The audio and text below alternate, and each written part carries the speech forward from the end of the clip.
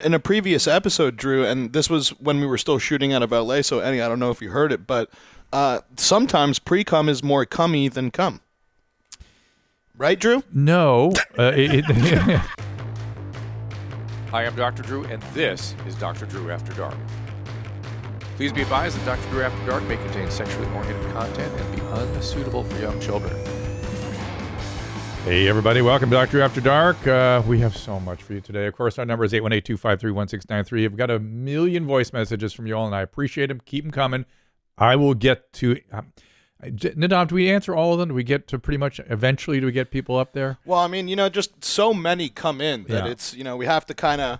So I guess, can we give them some advice on how to make sure they get through? Like keep it to 20 seconds or something, or be a specific question, higher the likelihood that we'll get through to this. Yeah, like if your voicemail is over a minute, good chance it's not making the show. So I want get to the point quickly. I the way I think of it, the way we used to do it on Loveline is, and I want to answer your question, so this is why I'm trying to advise you on this, is make sure it's something you really want an answer to, frame it, get to it, put it in the form of a question, and then I'll be coming up in May. Okay? And nailed it, buddy. Okay, that's great advice. Then you can aloha me all you want with all the jeansisms. Speaking of jeansism, again, also these what I'm going to get to you guys in a minute. Dr. Drew After Dark at gmail.com. I don't always get to all of these, and so I'm going to tell you, I'm going to try to get to all the voice messages, but some of the emails are. I can't comprehend them, or they're so inappropriate. I don't want to bring them up. That's what we're here for, Drew. I know, I understand. You guys just add a little. Well, that's exactly the problem. If I feed this to these guys, I don't know where it will go. Nah, you're in good hands. But I have a question. So if I think that all the goings on right now are terribly interesting. We are here. We pulled the curtain back, right? We're on Enny's house in Austin, right? We're telling everybody that, right? I'm wearing headphones now rather than in the earphones because we're not there yet. We're not. We have our we have our high tech, sort of notifying signs of what show you're listening to and watching. I love all this shit. I got to tell you that I like trying to make make something out of change and chaos and stuff. I like it when things are changing. It's just my thing. Hell yeah. And this to me is terribly interesting. I hope it's interesting to you all. I almost want to, I think, much the way we did RPC's tour of his house, maybe we should do a little tour of Enny's house or something. Because you should see this. It's great. It's awesome. There's no tour, I think. There's nothing interesting. There is tons interesting. You think that my house is interesting? I've told you this yesterday. The front yard is interesting. I came in, it was interesting. There was a Zumba like competing with me to get through the door. Man, you are a cheap date, Drew. That's what gets you off? The Zumba? You know me. I get really interested in interesting usually when I find things interesting, other people kind of find it interesting. So maybe we'll put up somewhere like a special little tour of the house, maybe. I'm just saying, just Enny taking me on a tour. We'll do. I'll say the producer thing, and I'll say anything's possible. Okay, so we'll leave it at that. But my question though was, what are we calling Studio Enny now? Guantanamo Bay.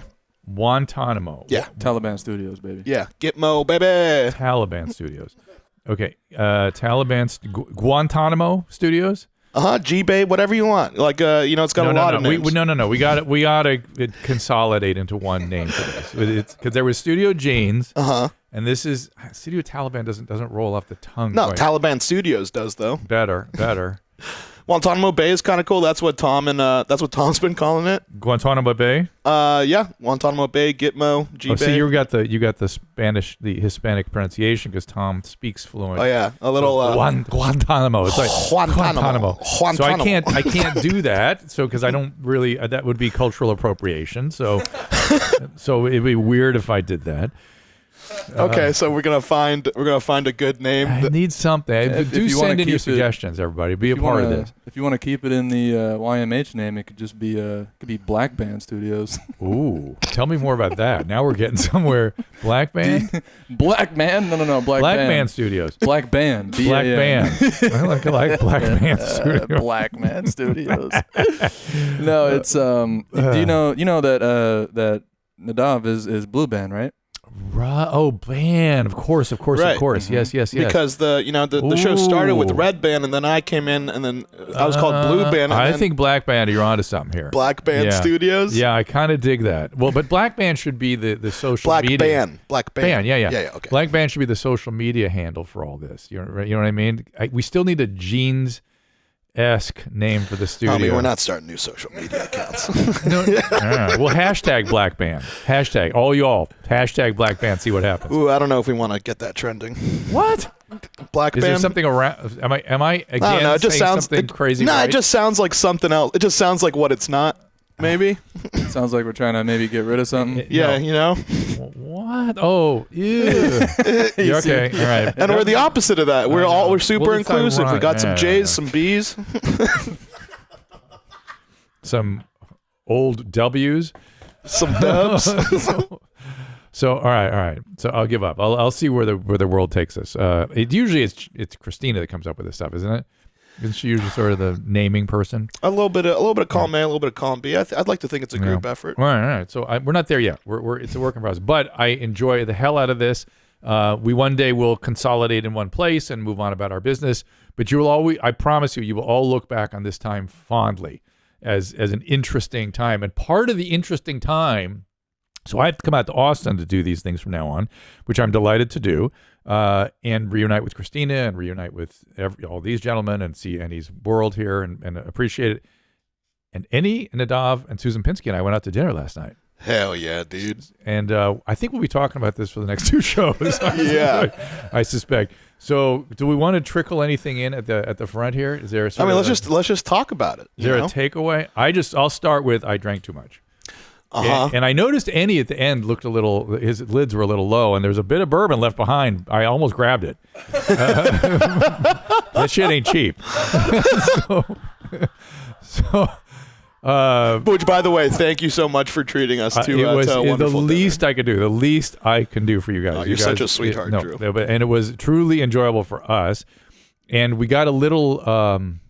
So before we met up with you guys, we were sitting in a bar at our hotel, and people started buying us drinks. Ooh. They sort of recognized who we were. So by the Welcome time, to Austin, baby. yeah, there were Juicy Scoop fans, there was Teen Mom fans, there was all these different worlds I live in.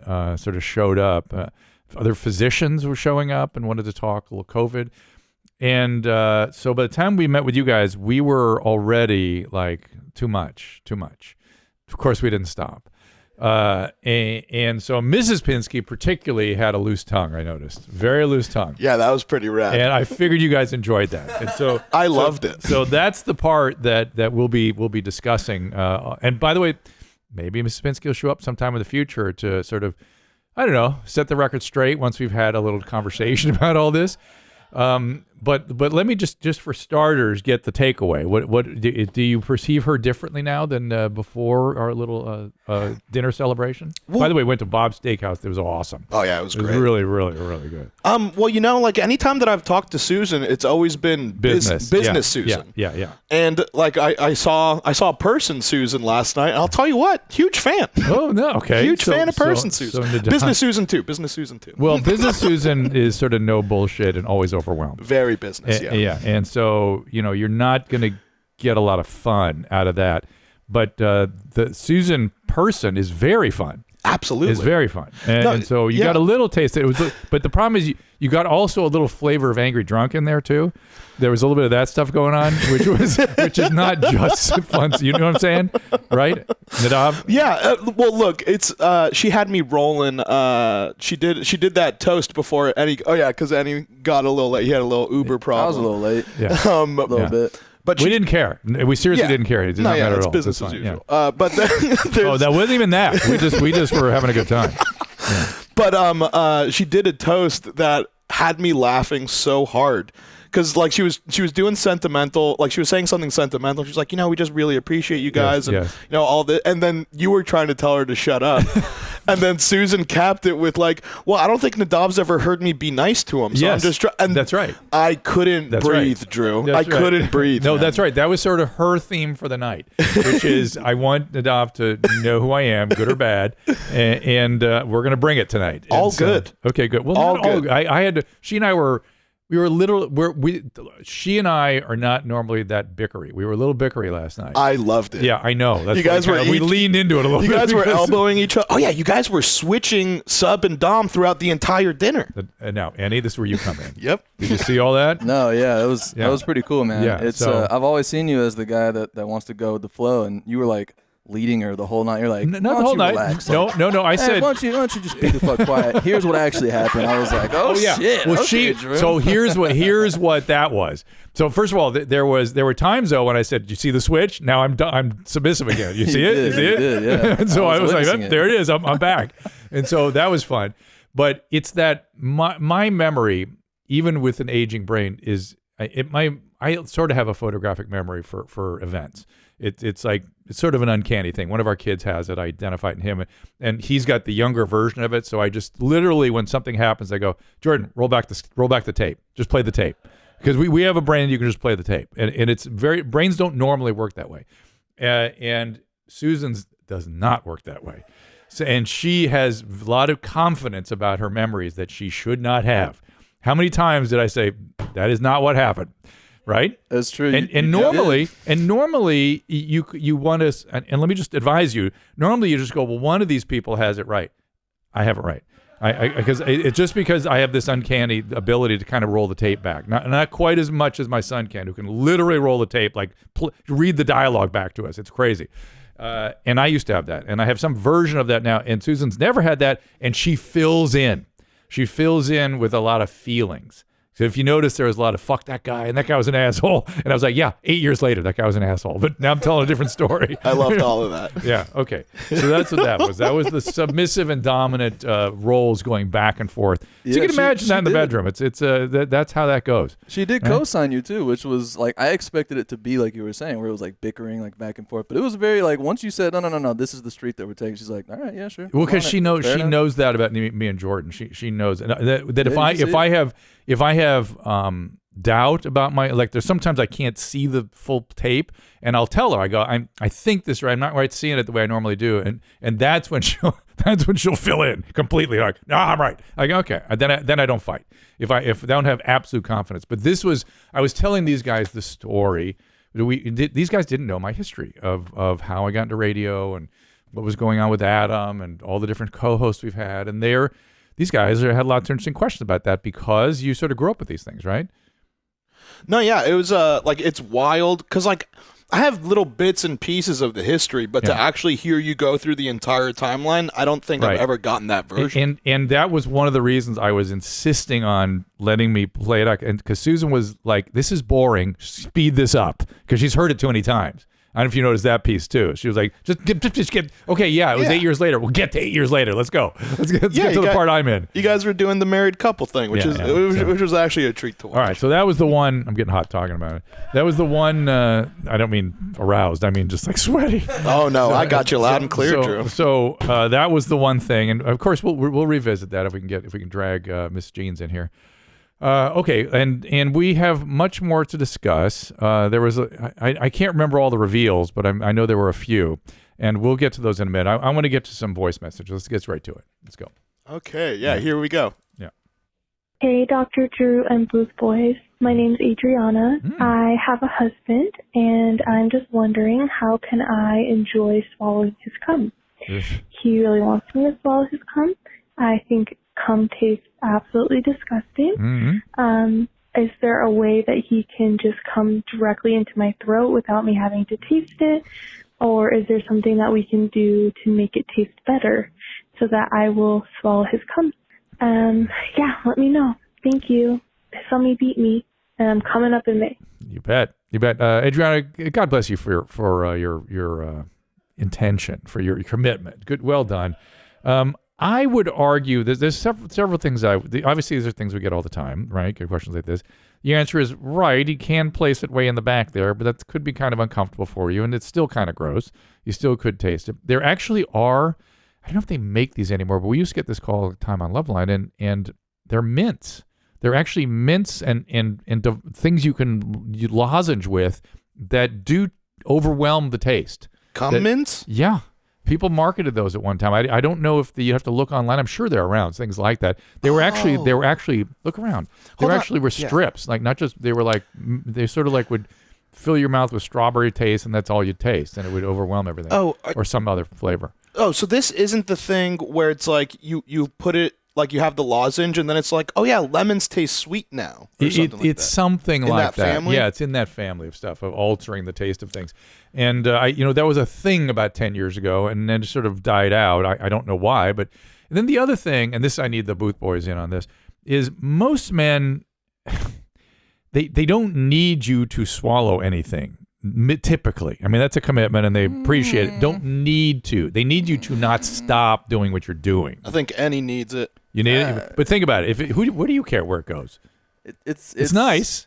But see, that's kind of a part of it. The fact that you don't want to do it kind of matters. Oh, though. this is your. You know what I mean? This is the Enny stuff again. Her not wanting to do it is what makes it extra cool. It's like, you know what? It's like she's giving that. You know what I'm saying? It's I understand that. I get that, but it's disrespectful. If you were to have it in your mouth and you like spit it out, for instance, it's like, what the fuck was that? What is that? Well, I understand what you're saying, and there's a point of view, Adriana. So there's one point of view. You just got to find out which camp your husband's in, and I bet the majority of guys are in there. Just please don't stop. Don't stop till it's all over. Yeah. And whatever happens, we don't care.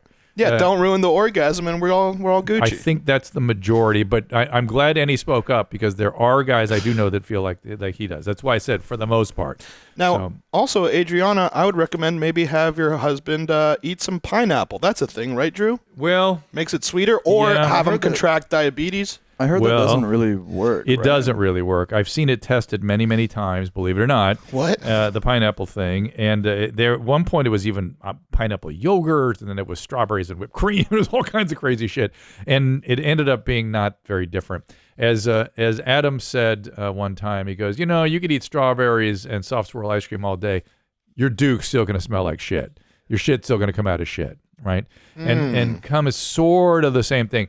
Though you can make it worse with like tobacco and coffee and things like that. You can make it worse.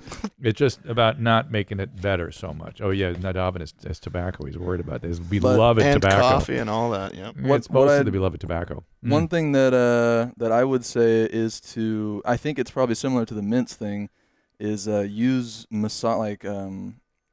flavored massage oil, and just jack them off with that shit. Without the mouth.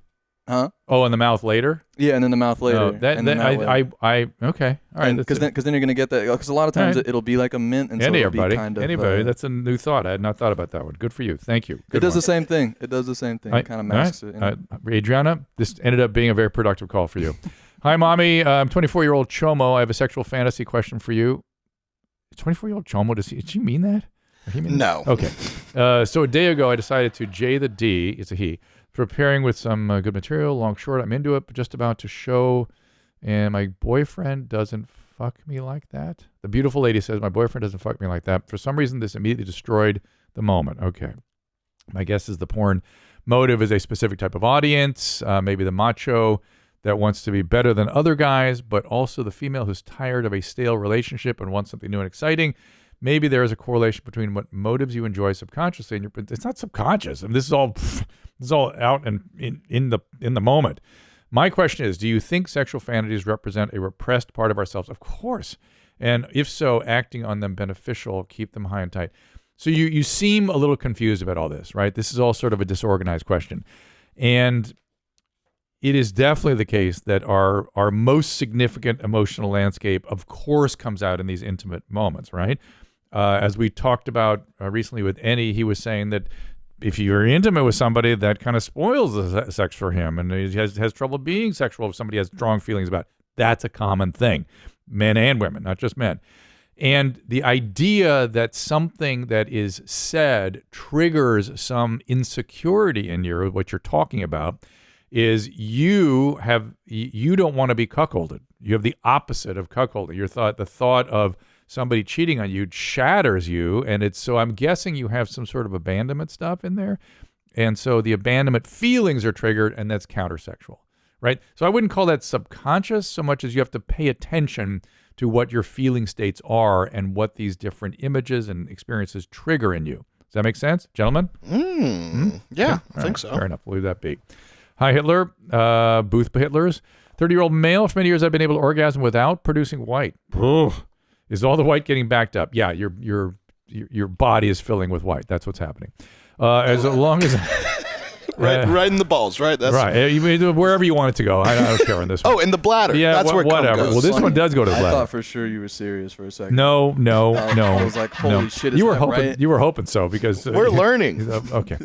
I'm also listening to episode 137 right now. I produce a lot. I'm making Segura-sized loads of pre-cum even before sex. Sometimes my briefs are covered in pre-cum before I get down to it. What?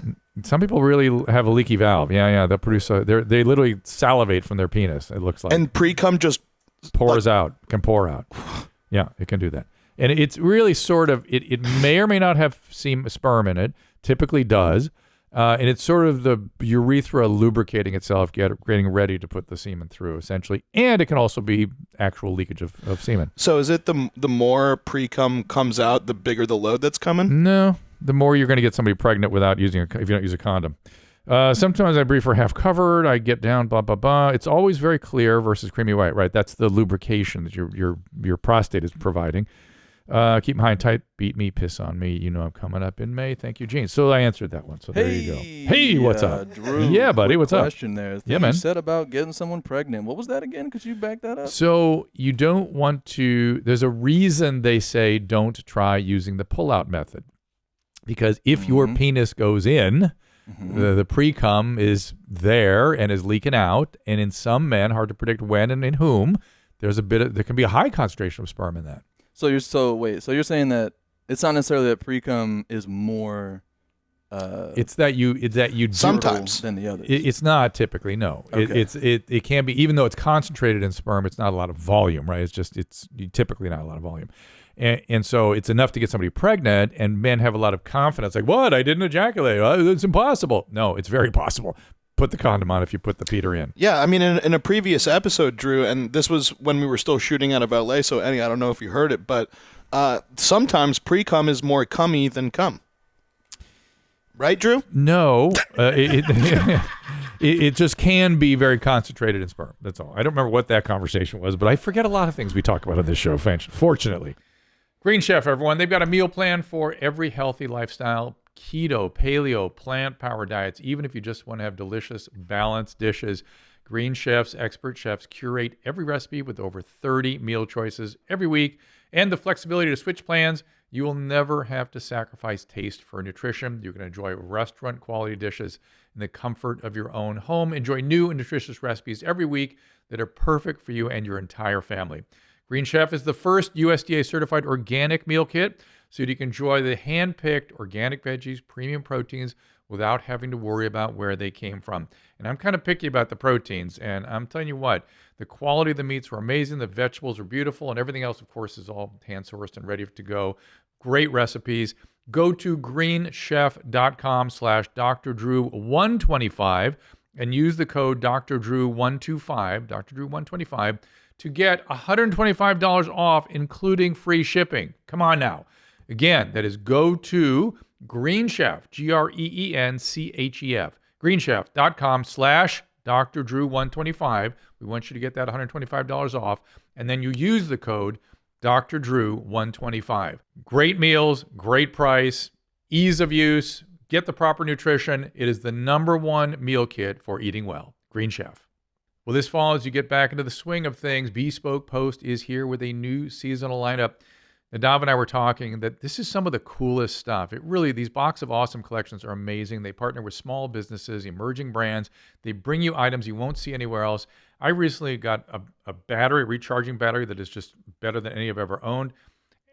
I do a lot of real wood fires, and they give me an axe that has been so useful. I didn't know I needed it. No matter what you're into, Box of Awesome has you covered. From autumn craft beers to cozy threads. I love Bespoke Post. To get started, take the quiz at boxofawesome.com. Your answers help them pick the exact Box of Awesome for you. They release new boxes every month across a ton of different categories. It's free to sign up. Each box costs $45, but it has easily over $70 worth of gear.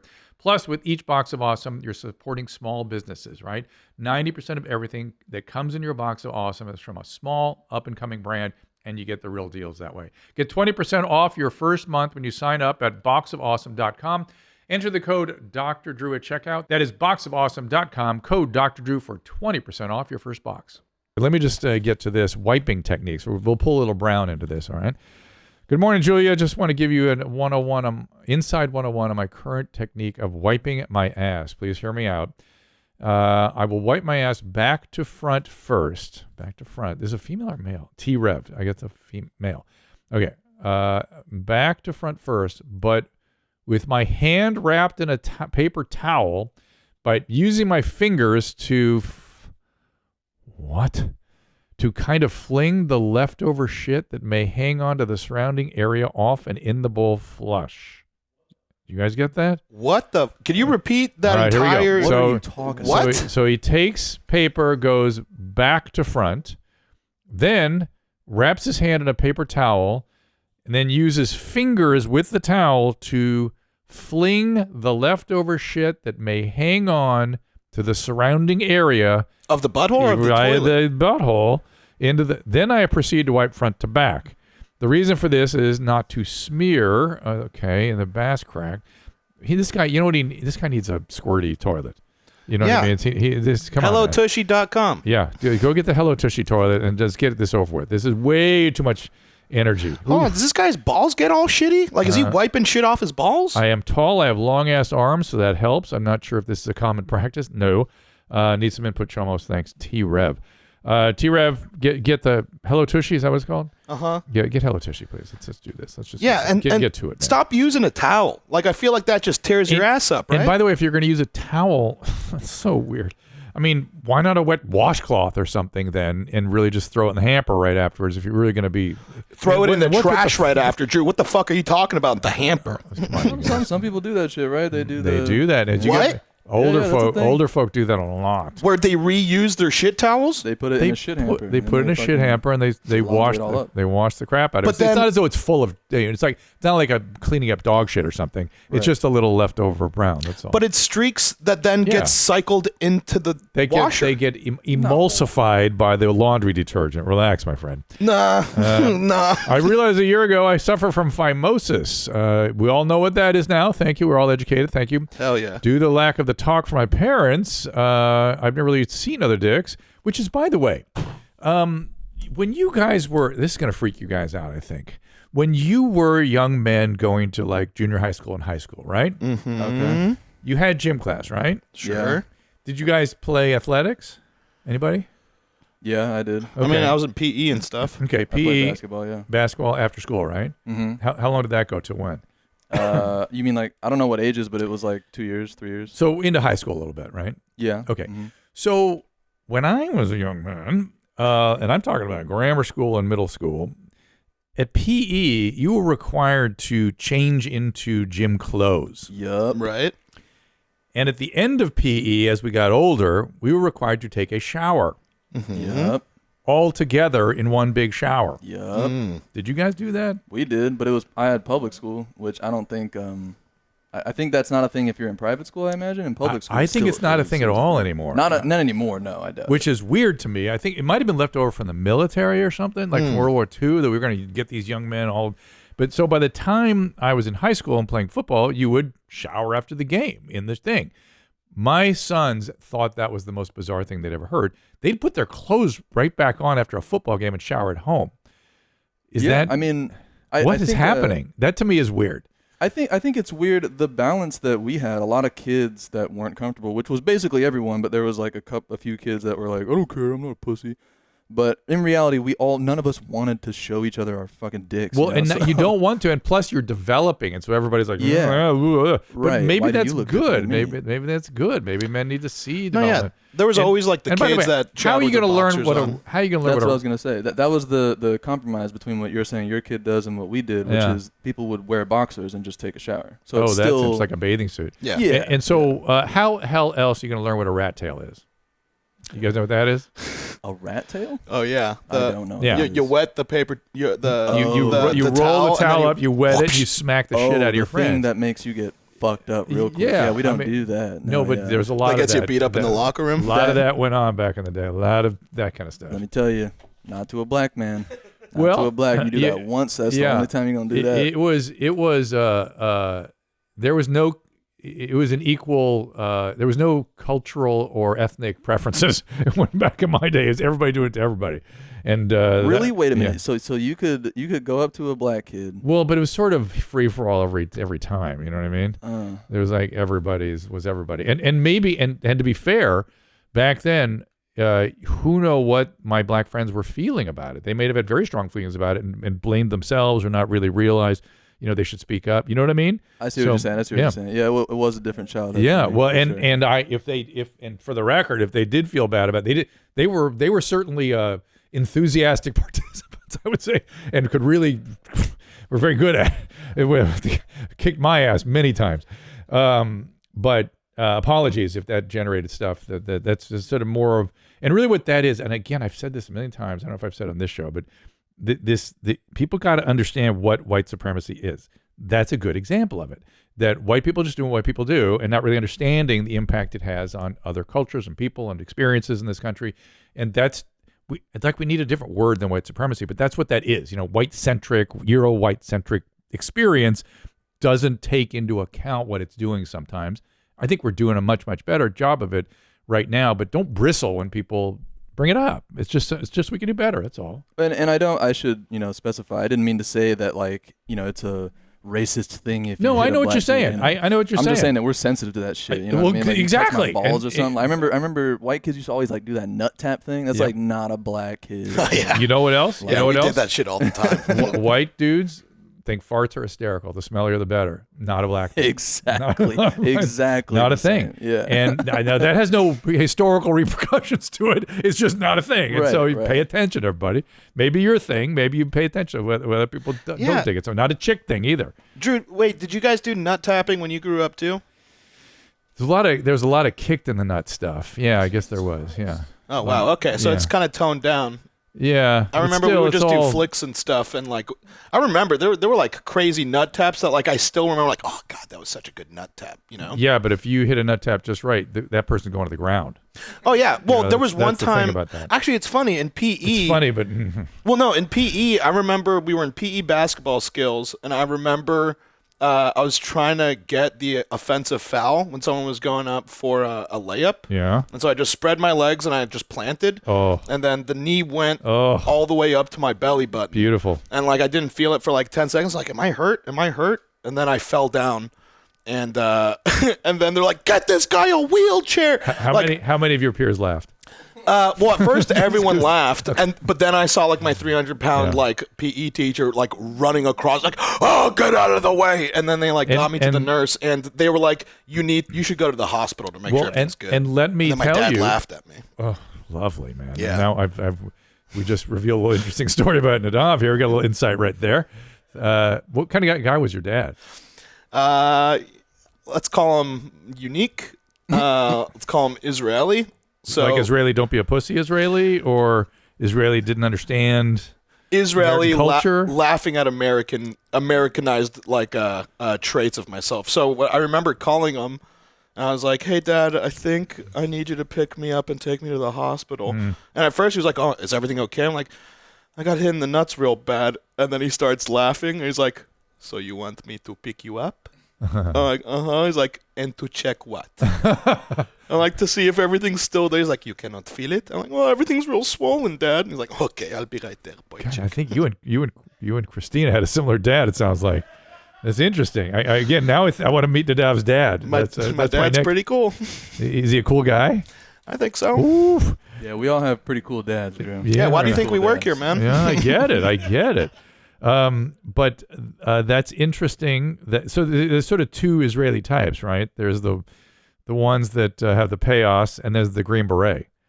You know what I mean? He sounds more on the Green Beret side. Yeah. Well, Yeah. Or what do they call it? What do they call it? Are they Green Berets? Is that what they call them in the Israel Army? Well, no.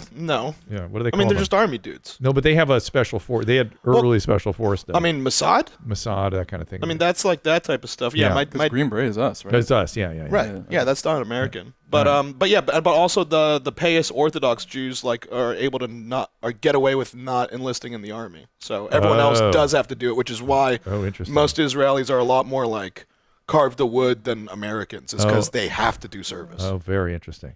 So, last thing about nuts. Then we've had a whole show dedicated to it. It's going to be a sidebar this time. Is that you can fracture your testes? What? Yes, you can. They can literally, if you take a hard-boiled egg and break it, that's essentially what can happen to your testes. But aren't they like absurdly strong, or They am I are- thinking of ball skin? Think about the strong. The sin is very strong, but the ball too is also very strong. But think about do you know what a super ball is? Like a rubber bouncing ball, like a concentrated rubber. Oh yeah. Think about if you if you hit it hard enough, that would crack, right? But then it's unfixable. No. Oh, the ball, the rubber ball is, but the Right. testy we can repair. So, Really? So here's what happens. So couple things. You can rupture it like that and crack it, in which case, and that would be like something like a hockey puck hitting the testy directly. That happens not infrequently. And so the idea that men don't use, look at just fracture of testes. Get a testicular fracture. Yeah, fracture. And that's why not wearing balls to me is fracture versus rupture. Ooh, that's interesting. I didn't know there was a difference between fracture versus rupture. Oh, because a rupture is just one tear, but a fracture is multiple? I don't know. Look at those ultrasounds. There's a I'm glad we could show all rupture these following sonograms. blunt trauma. So you see the rupture. Oh, ruptures. All the black stuff? Yeah, like that's the where rupture is bleeding's happening? a rupture is a little more of a squishing, and the fracture is just a break, I think is the way it looks like on these ultrasounds. So there's a hole in those nuts. yeah, this is not good. So here's the thing. They can swell up immediately and cut off their own blood supply and die. So you need to see a doctor for that reason. And you only have a certain window of time with which to repair the testing. Oh, good. Okay, so I and wasn't a sometimes pussy for going to the hospital when I was Yeah, you in were. high school? But anyway, and so it needs to. Did you have surgery, Nadav? Is what I'm saying. I didn't. Yeah, and so it needs to. And sometimes they need to remove it. They just can't save it. That does happen. And you can do fine with one testing. So let's go back to my phimosis question. My nuts are fine now, by the way. Good. Due to a lack of the talk from my parents, blah blah blah. I had not seen dicks outside of porn. I didn't know there was anything up with me. I'm 28, uncircumcised. My foreskin has never come down past the tip of my penis. I got started late in my early 20s, and I think this has to do with why it didn't work itself out. Dude, you were masturbating, right? I realized it was an issue a year ago. Since then, I've been prescribed steroid cream. I've been putting it in on the head of the dick once a day, showering. It's slowly working. You said in the past usually requires a surgery. As my hope is you're wrong. Thoughts, piss on me, beat me, piss me. You can stretch things out. It can happen. You might get lucky. The steroid cream is only so effective. The problem is that eventually it starts tearing. And when it tears, you get these little tears in it, and then those tears scar, and then it contracts more. So, I mean, why not just get a circumcision? Not worry about it. Voicemail, please. Hey, Mopas, and all you other non-binary big-titted animals. I had a vasectomy back in March, and my O's just aren't as strong as they were before my vasectomy. Is this normal? Keep them high and tight. I'm pumped up in May. You know, that is not normal, but I was talking to a urologist a couple weeks ago, and he was saying that we sort of underestimate the effect of inflammation on the pelvis and all the pelvic systems, you know, the male genital systems, for instance, on affecting orgasmic function. So it may be, you had it in March, where are we now? So it's like, 8 months ago. You could still have maybe some leftover inflammation or something from that. I would say talk to your urologist, because it shouldn't happen like that. You worry that maybe something is developing, like a cystocele or something. Also, I don't know whether or not anti-inflammatories might be helpful or antibiotics might be helpful. So it's something it shouldn't happen. It shouldn't happen like that, but it makes sense to me that it would be pretty easy for it to happen because you had a surgery, they could leave behind some inflammation. Hi, Gene's 19-year-old male. Ever since I was in third grade, I've been taking melatonin. Oof. I've not been able to sleep without it for ages, unless I'm sleep deprived. I take 3 milligrams a night. I find that kicks in roughly after 30 minutes. If I wait past 1 hour, it stops having any effect. I have the exact same thing for melatonin. It works in about 15 to 20 minutes for me, and if I for whatever reason watching TV or something, and I pass this like hour window, then it's not working anymore. How do I get to the point where I can fall asleep without it? Keep high and tight. So most of the sleep folks will just say, deprive yourself of the medicine, put yourself in, don't drink liquids late, don't drink caffeine late, don't stimulate yourself with computer or screens of any type, television, in your room when it's bedtime. Pick a time that is reasonable to go to bed, whatever that is, and just wait until sleep happens. Don't freak out about it. It will take a while to regularize, but your body will do it on its own. I can also say, too, as someone who has real trouble sleeping, those noise, like some type of noise that's consistent. So like those noise-making machines, like a fan or the ocean machine, machines that make the sound of rain or ocean. A lot of people use that as well. Could be, yeah. Yeah. That's if anxiety is a part of your deal, that's an important thing. Yeah. And probably you're probably thinking a lot, right? And so you can focus outside of your thoughts on something else. Right. I'm interested in this. Hey, Hitler, on squirting. It's a male. Every 72 hours when my wife is milking the poison out of me. You mean coming? He's coming? Yes. I will make white, and she keeps going. As you know, things get very sensitive after spitting, just like the smoked meth with my brother, right? The sensitivity is almost to the point of agony. Then I make yellow like she is RPC. Piss on me, beat me. Is that the male equivalent of squirting? No. When it happens, it gives me another rush of dopamine, like I'm feathering it. Oh my God, this guy is such a fan of the show. Keep 'em high and tight. Starts at 50. Anal starts at 50. Try it out. We up, out of here. Male 33 from Houston. No, you are just plain old irritating everything. You're just sort of causing, post-orgasmic, kind of. I guess it could feel good to kind of overstimulate yourself, but you're going to get prostatic secretions and you're going to get urine. And it's just because you are over. And I'm imagining this could cause some discomfort urinating later because it's really kind of traumatic to the urethra to keep doing stuff like that. I know what he's talking about.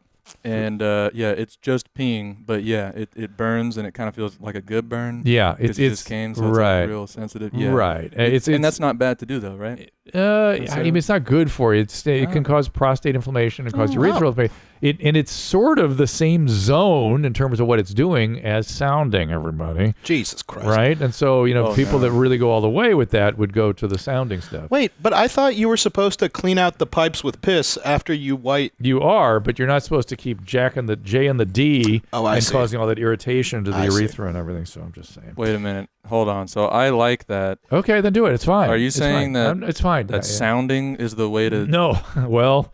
Don't forget what I said. Enny, lucky for you, sounding devices are pretty cheap on Amazon, as we've seen in the past. Saying, I could get you one if you want. We have made a lot of fun of sounding, and I'm just saying that people that like this stuff, when they're going all the way with it, will do things like sounding. That's all I'm saying. That's I'm not saying all I you do should. Is go all the way. Fuck. Oh, dude, don't do sounding. Don't do it. I think I might. Oh no. Well, if you do it, you have to film it. but don't do it. Or you have to show us the equipment. That's for sure. I like that. That's coming from Drew. It's like, all right, you can do it, but make sure you film it for content. No, it's not that. It's more that I know better than to tell Enny no. Because if I say no, that means he'll likely do it. Oh shit! You know me too well. All right, let's go to voicemail. Hey, Dr. Mommy. So I got an interesting question. So me and my girlfriend have a pretty healthy sexual relationship. And for some reason, when we just were doing it, it got really hot there at the end. Like not a burning sensation like, the kind of burning they tell you to worry about if you got some kind of weird shit going on. Not like pissing lava or anything, but like hot on the outside. It's like sticking your dick in a boiling pot of water all of a sudden. Not boiling, but like sink hot when you're washing your hands. And I don't know. It's just interesting. Never had that happen before. So I was just wondering if you have a little insight to that. Keep them high and tight. I'm coming up in May. Ay, ay, ay. Ay, ay, ay. And remember at the beginning we talked about get right to your point. I had trouble tracking this. Did you understand what he was saying? That his dick gets hot. He definitely... The skin gets hot? Like the outside, yeah. Gets hot after sex.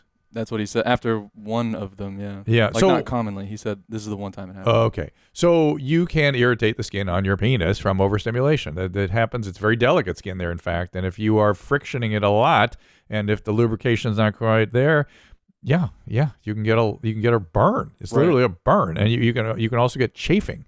And steroid cream, we talked about that earlier. That will help with that. Cool water, yes, soap and water afterwards, and then steroid cream. But the penis skin. You guys are gonna love this. Yes. Let's just look at penile psoriasis. Yeah, Oh boy. before we go into it, I was gonna say, that's probably just means she wasn't super into it, and you just Maybe. kept on going. Or maybe they went well beyond what they should have done. Right. right. Okay, penile psoriasis. So here So we we're looking go. at pictures? Yep. Of course we Okay. are, my friend. The Oh point- my God! yeah. Don't show this, Enny. So the point I want to make is that whatever happens, so you see the one picture there is of somebody's armpit with some psoriasis in it, right? Oh yeah, the one that doesn't have dicks in it. Right, the one that's not a dick.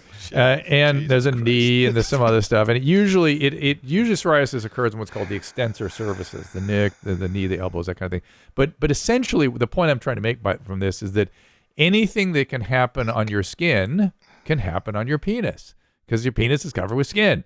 So you can get infections, you can get psoriasis, you can get eczema. And so if it is something that only occurs after a single episode and it's chafing, great. But if it's something that keeps kind of coming back, you got to get that looked at by somebody, because it can be a lot of different things. Okay? Well, I love Babbel. I talk about learning languages all the time. And thanks to Babbel, the #1 selling language learning app, the whole process is fun and addictive. It's fast. It's easy. Whether you want to learn a new language for a trip or maybe it's a hobby, Babbel teaches bite-sized language lessons for real-world use.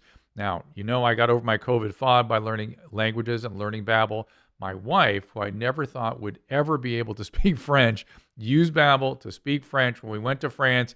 And not only was she understanding some of what I said, her accent went from, frankly, silly to good.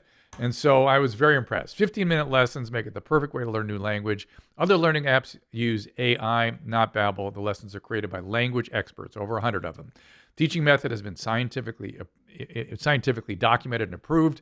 Babbel, you choose from over 14 different languages. It includes Spanish, French, Italian, German, plus the speech recognition technology. Speech recognition technology, that's a mouthful of itself. At Babbel helps you improve pronunciation and accent. Happened to my wife. I never thought it was possible. There's so many ways to learn with Babbel. In addition to lessons, you can access podcasts, games, video stories, even live classes. So start your new language learning journey today with Babbel. Right now, when you purchase a 3-month Babbel subscription, you'll get an additional 3 months for free. That is 6 months for the price of 3. Incredible. Just go to Babbel.com, use promo code Drew. That is BABBEL.com, code Drew. Babbel, language for life. Okay. All right, Here let's I get got- another one. Yeah, here's another fun voicemail. Hi, Dr. Drew. My name's Max, and right now I'm taking a piss. And I'm not just taking a piss. I'm taking about the 15th piss I've taken today. I also shit about 10 or 11 times a day. I don't know what the fuck is wrong with me, but I feel like I'm doing this a little too much. I don't know what to do. Seems a little bit weird. Yeah? I eat maybe a little too much fast food. And, when I come home from work, I have a drink or two, but I don't really think anything that much is wrong with me. But why the hell am I pissing and shitting 15 times a day? All Thanks. right. Coming up in May. And, I hope you piss on me and beat me someday. You really do hope that. But here's the deal, my friend. That is a medical problem, and I would need a lot more information. In other words, are these small, frequent urinations, or are they volume, sort of normal volume, and yet you're still going all the time? Are you also thirsty? These bowel movements, are they diarrhea or not? If you see a doctor, that he or she is going to worry about is this can be a presenting manifestation of diabetes. Your blood sugar could be above 400 easily. That can create this kind of thing. And if you've also noticed you've been getting weaker and losing weight and other things, that is diabetes. It can be other stuff. I mean, again, if it's small, frequent, it can be urethritis, it can be prostatitis, there could be some other infection in there. I mean, it can be a lot of different things.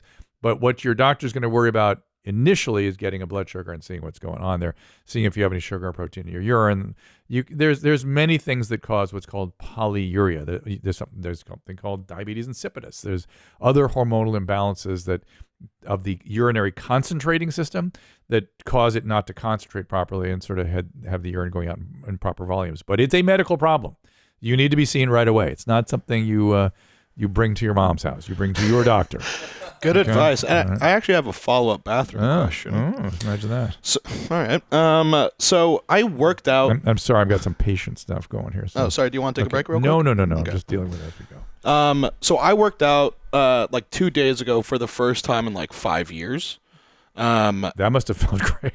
Oh I don't know, man. My that can arms hurt a fucking. lot. No, yeah. So I have all sorts of questions about delayed onset muscle soreness, but also the most interesting thing was that I noticed that my body immediately was like, "Hey, guess what, homie? We're gonna take a lot of full shits." Like it's almost like it's like, "Oh, we're being efficient now."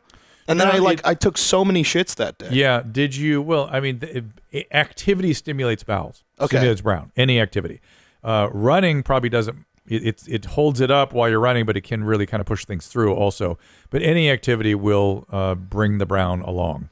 So that's Gotcha. good. Okay. And as far as the muscle stuff, I remember I'll never forget this. I used to train for football, and I would not train for many, many months at a time. And when I was younger, that didn't seem to bother me. But somewhere around 17 or so, I went and did a full workout in the gym, and I had to sit in a bathtub for 3 days. The pain was so unbelievable in my muscles. I will never forget it. And I declared that day, I will never stop working out and lifting weights because I don't ever want to go through this again. And so even when I'm not of my peak sort of performance, or I've got joint problems, I still go through some resistance training because I don't ever want to go through that again. And I like it. I enjoy it, so I don't want to get so far behind. But that sort of has motivated me my whole life to keep up with it. Well, so the day after working out, I was just like, "Oh, my muscles are a little sore, but I feel okay." Day 2. Today I woke up and I'm a million times more sore than I was yesterday. Day 2? Yeah. Yeah, day 2 is always worse. And I'll tell you what I don't know. I'm sure people have explanations, or it's probably, I don't know what they complain. People have all kinds of hand-waving theories about lactic acid accumulation and mitochondrial growth and whatever. Look, you're breaking down tissue when you work out, and it has to heal. And there's some argument for going in again today and doing a little light, not really going too much over it. But I've seen people say, go back. Gotcha. Go back. And tomorrow will be no fun, but it's a way of sort of to not have to go through this again. Okay. Gotcha. So just keep on going. A little light workout today would not be a bad idea. So as I go in, I mean, I don't get me wrong. You got those pythons out and about right now. How do I get a gun show just like you, buddy? So these are genetic. I don't fucking believe you. I'm a Jew too. I don't have arms like that. No, I listen. None of all I know is I've had big arms my entire life. They actually get in the way in weightlifting because I can't get in back or chest going because the arms just take over. And I only Get in the way. Listen to this guy. No, because I want my arms to get in the way. They just do. And I do literally 5 sets of biceps and 5 sets of triceps, maybe twice a week, maybe. And that's it. And I'm not lifting heavy weights anymore. I used to lift heavy weights. What do you max out at? Like what are your bicep curls at? I'm up to 40-pound dumbbells, and then I'm doing a 75-pound kettle bar. What the fuck? That's it. Not a lot. I mean, I can say that. Guys do 225 bar. Guys with big arms do 200-pound curls. So you're saying curl some 40s and I'll be just like you? No, because you'll have whatever your genetics bring you. What percent Ashkenazi are you, Drew? I have 50%. Oh wow, okay, 49%. That's much less than me. Yeah, and you get your diet right. That's the other thing.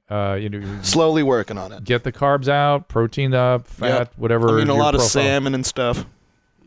Get the carbs out. Really, it's such an easy thing to do, and it really makes a huge difference. No carbs, no sugars. Right? Brown question.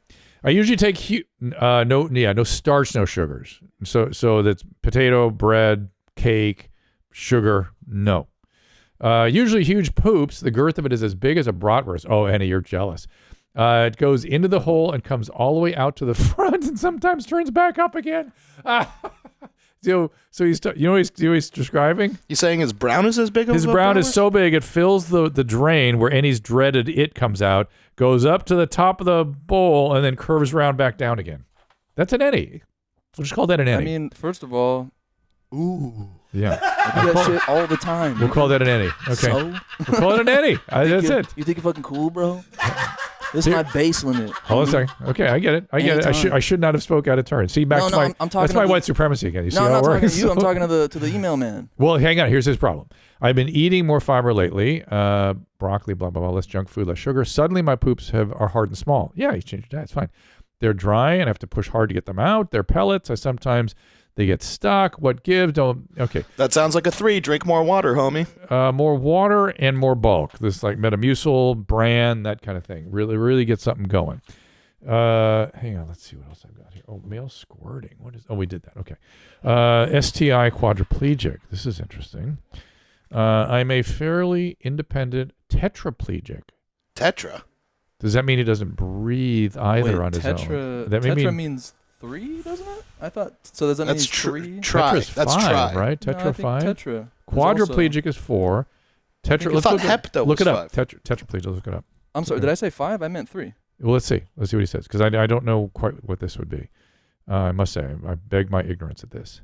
Yeah, because I know that there's secondary and then tertiary. Yeah. So let's see. Tetraplegic. What is tetraplegic? Go down there. Tetraplegic is a term used to describe the inability to voluntarily move the upper and lower parts of the body. The areas of impaired mobility usually include the fingers, hands, arms, Why chest, are we calling legs, it feet. tetra now, not That is quadriplegic? What is the difference between tetra and quadra? There you go.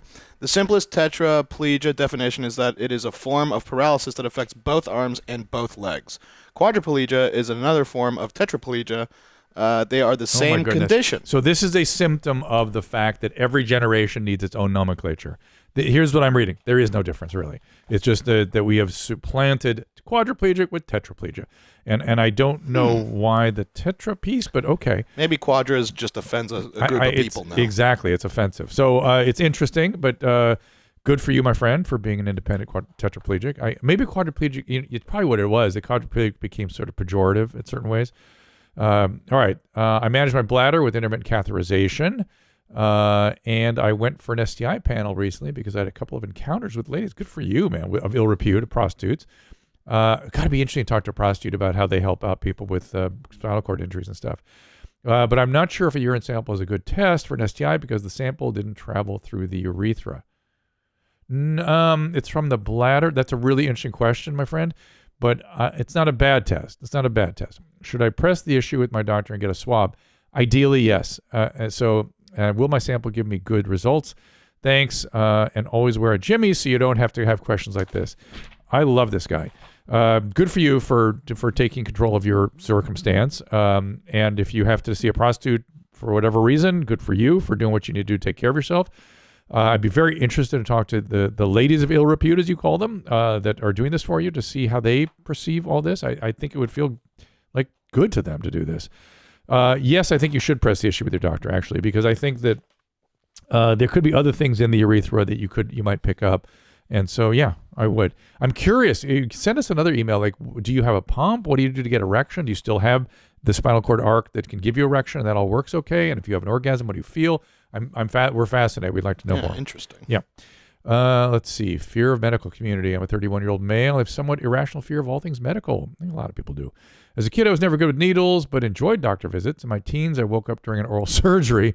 Would happen to be somewhat rare procedure of attaching chains to the teeth up next to my nose and pulling them down. Ooh. Wait, what? Can you repeat that? I think he's talking about they fracture the bone here and pull the bone up. From the time I turned 18, I realized my parents couldn't force me to go. I haven't been to any type of doctor. I can't even force myself to call a therapist. Okay, so my friend, this is a phobia and a PTSD from people wake up during surgeries of various type. It's a rare thing, but when they have it happen, it has a PTSD always. People are really affected by it, and it's very difficult to get things regulated again. You need to talk to an anxiety doctor who has expertise in phobias and exposure therapy. Somebody needs to help you get exposed to these stimuli. Maybe it's looking at pictures first. Maybe it's going into a waiting room. But you have to have somebody who's skilled at doing exposure therapies because it's a thing, man. Somebody needs to be there with you while you go through it because your body won't let you do it because the body keeps the score, as they say. It's this Bessel van der Kolk's book called Body Keeps the Score. And your body remembers the trauma, and you can't get it out until you get some exposure and start to regulate it. So it's very important to do that because as you get older, you got to see a doctor. That's the way it goes. Give me a voice message. Yeah, here's an interesting one. Hey, Dr. Drew. What up, Booth Boys? My name's O, frequent listener, first-time caller. I have this problem, and it involves my face. I can't seem to grow the same exact thickness of beard hair on each side of my face. One side looks like I'm 27, the other side looks like I'm 16. Patchy. Really bad patches. Is there anything I can do? I'd be much appreciative for any answer. Keep me, lick me on the asshole. Love you. We love you too. That was a creative one. Yeah, very good. Do you see how old he was? I don't know. He sounds pretty young. Yeah, I suspect this will take care of itself. However, there may be things you could do. I would see a dermatologist. There may be testosterone creams you can put on the face. There's things that grow hair. There's like the pinwheel thing, right? That you just kind of like it's kind of like spikes that you run across your face to open up pores and shit. That's a little different. That's PRP. That's an anti-inflammatory, which maybe PRP would work. I mean, that's another idea. But I would see a dermatologist, and there probably are things to do, but also probably it's going to take care of itself. But I can understand why that'd be disturbing to you. Yeah. I'll tell you the way that I learned when I was growing up. Go ahead. Eat more pussy. No, that's what not I was it. told. Well, that's what I was told. I like and the. It worked. I like the. It worked. Sorry. I like the ease and clarity, and let's be fair. If you can raise your serum testosterone levels, you do tend to increase hair growth. Well then, and so no, don't tell him he's right. So don't listen. do this to him. So sexual activity can raise levels. It can raise testosterone a little bit. So whoa. Yeah. So I'm saying, aye. Yeah, aye. I'm seeing something up there I'm interested in, which is bug pronouns. Can you show me some bug pronouns and what that's all about? Oh, yeah, you're going to hate this, Drew. Really? Maybe I'm going to like it. We'll see. I don't think you will. I just added bug to my list of pronouns. So here's a very quick tutorial on how to use bugs, pronouns in sentences. Okay, let's go. I'm meeting up with my friend Moth later. Bug just dyed Bug's hair, and it's a super cool green color right now. I think we're gonna go to Bug's house and play some video games. And then I think Bug said that Bug wanted to go to the store by Bug's self. So I'm gonna head out after that, and then maybe we'll get to hang out another time. I love this. Do you know why? Why? First of all, has Christina seen this? Yeah, we all hate it. I love it for this reason. Because that's not a pronoun anymore. So we are now moving into nouns, and we will soon be into proper nouns and just be calling people by a name. And that will, when people have had enough of all this, this is the beginning of the rational revolution, everybody. If we're going to start using nouns instead of pronouns, good. Let's be rational. Go ahead and use nouns. That's fine. They make about as much sense as bug. And whatever. Okay, peace and love, everybody. Do what's you. Do it. I'm fine with it. And I've been doing a book tour with my daughter. The book doesn't have to be awkward. Please get it, everybody, at your mom's house. It's a good book. If you have teenage kids, very good book for them. And my daughter is very woke, and she doesn't like that word, but she's very about the patriarchy. And she coached me up pretty good on they, to the point where I was like, okay, I'm comfortable with that. My comfort or discomfort shouldn't matter. The fact that this is evolving in a direction of sanity is what I think is interesting. That I do think that so much of what we're doing outside of the rational revolution, this is what Christina said 2 years ago. We need things to be rational again. And the more irrational it gets, the more likely we are to come back to rational, okay? So I'm just looking forward to that. That's all. That's all. I'm seeing the glass as half full. You know what I'm saying? Well, Drew, maybe you just need to learn how to use bug in a sentence, because there's a second part to this. Uh-oh. Okay. I love hanging out with Moth. Bug is a super cool friend, and I'm so glad that Bug hangs out with me. So yeah, if you guys have any questions, that is how you use. She used bug, a random bug, just Moth for no reason. Bug self pronouns. Yeah, it's a little confusing on what's a name and then what's a pronoun. It's not a pronoun; it's a noun. It just is. That just is. You cannot call.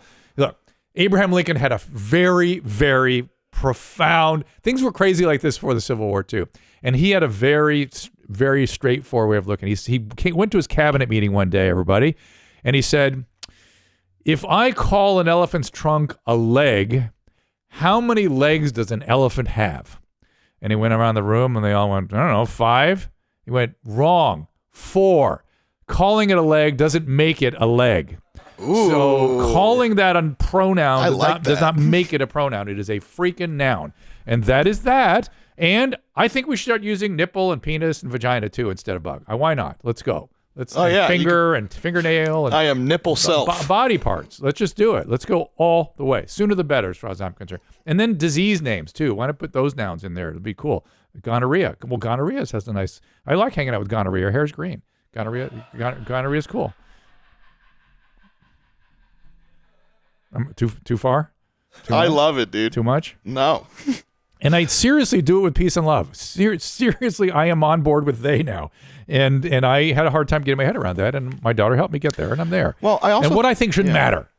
But go ahead. You go ahead. But I mean, like, they, though, is like... They is an easy one to get on board with. You're like, oh, no, yeah. It's not. No, it's impossible. It's not? It's easy. It's not as impossible as bug self. Yeah, well, it's impossible to go from a pronoun to a noun, but it's a little hard to go from singular to plural when you're talking about a singular individual with multiple genders. But I get it. But like in things that you're willing to concede on, you're like, fine, they I get, because that's a word that I use and like I could plug it in. But then once you're like, you need to be educated on, oh no, this I'm actually look, what like is a language pup. for except to communicate ideas? And if you're if I start saying they and I mean a single person, that interferes with the communication. I see what you're saying. And when I was in France, they would have none of this. They were really like, what are you people doing in the United States? A lot of countries outside of the U.S. are like that. Really interesting. They're everything's gendered in France. Words are gendered. This is, Yeah, that's Latin. Le telephone. Too. Yeah, they like. Let's the gender is gender. It just is what it is. There's some Latin countries that are doing it though. I think it's what is it, Colombia? They're doing Latinx stuff. Not in Latinx. That's us thing. No one's on board with that. But they're going to binary stuff or non-binary and whatever. But I don't know they're going all the way to they. Are they? They are. Yeah. They're